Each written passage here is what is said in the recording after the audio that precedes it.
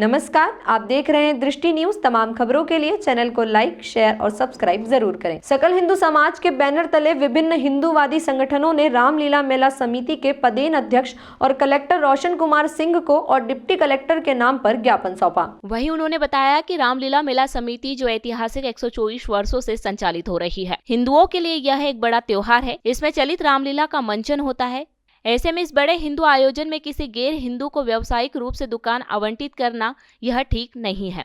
उन्होंने उदाहरण देते हुए कहा कि प्रयागराज में अखाड़ा द्वारा स्पष्ट रूप से निर्देश दिया गया है कि किसी भी गैर हिंदू को यहां दुकान नहीं लगाने दी जाएगी। इसी प्रकार का निर्णय रायसेन के मेले में भी लिया गया है। यही निर्णय विदिशा के मेले में भी लेने के संबंध में उन्होंने मांग उठाई है। इसके बाद यदि मांग पूरी नहीं होती है तब मेले के अंदर और मेले के बाहर इसका विरोध किया जाएगा। हम लोग आज सकल हिंदू समाज द्वारा एक ज्ञापन प्रेषित करा है श्रीमान कलेक्टर महोदय को, क्योंकि कलेक्टर महोदय हमारे विदिशा की रामलीला मंचन समिति के अध्यक्ष भी हैं और रामलीला मंचन समिति जो 124 वर्ष प्राचीन है और एक ऐतिहासिक मंचन होता है हमारे इधर विदिशा में 124 वर्ष प्राचीन है और उसके दर्शनार्थ हेतु आसपास के ग्रामीण क्षेत्रों के लोग आते हैं, अपन नगर के लोग जाते हैं। सकल हिंदू समाज सारा सनातन धर्म को मानने वाले लोग वहां आते हैं। तो जो जनसमूह वहां पहुंचता है, उन जनसमूह की व्यवस्थाओं के लिए खान पान की दुकानें, प्रतिष्ठान और बच्चों के मनोरंजन के लिए झूले इत्यादि लगाए जाते हैं। तो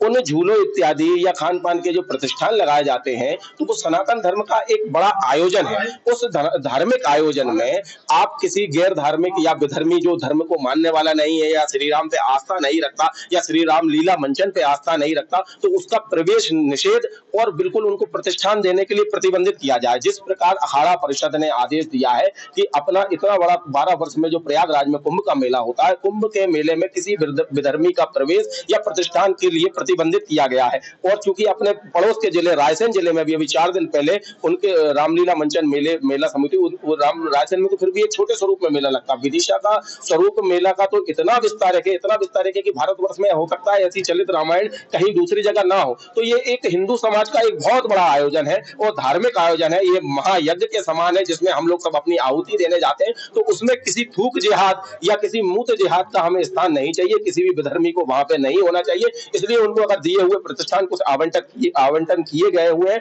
तो उनको कलेक्टर महोदय जो कि रामलीला समिति के अध्यक्ष हैं वो रद्द करें तत्काल प्रभाव से, और किसी नए आदमी को आवंटन कोई दुकान नहीं दी जाए। विधर्मियों को उसमें बिल्कुल भी प्रवेश निषेध होना चाहिए। अगर मेला समिति दुकान देती है तो क्या करेंगे आप?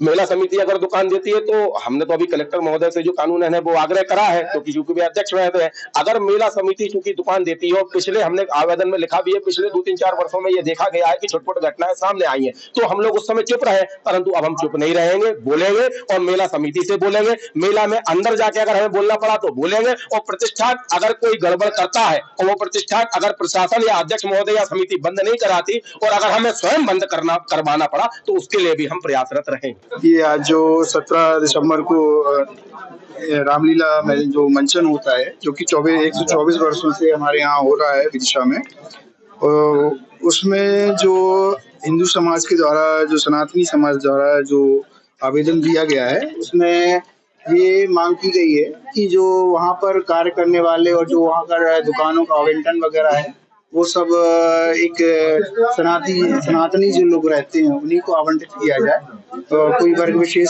जो है उनको रोका जाए। तो इस बारे में मैं इसको आवेदन को आगे फॉरवर्ड करके और इस पर जांच और विचार विमर्श करेंगे। जो भी हमारे कलेक्टर साहब का निर्देश होगा उसको